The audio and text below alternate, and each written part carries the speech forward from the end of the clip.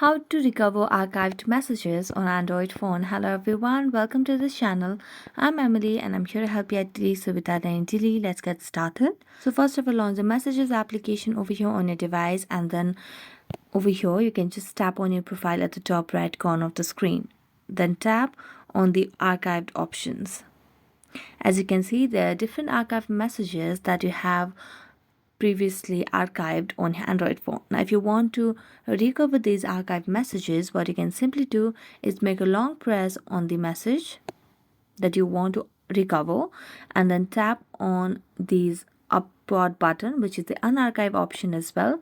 So tap on it, and there you go. This one conversation has been unarchived and you have been able to recover the archived messages on Android phone. So thank you so much for watching this video. If you enjoyed watching it, don't forget to like, subscribe and hit the bell notifications. See you next time.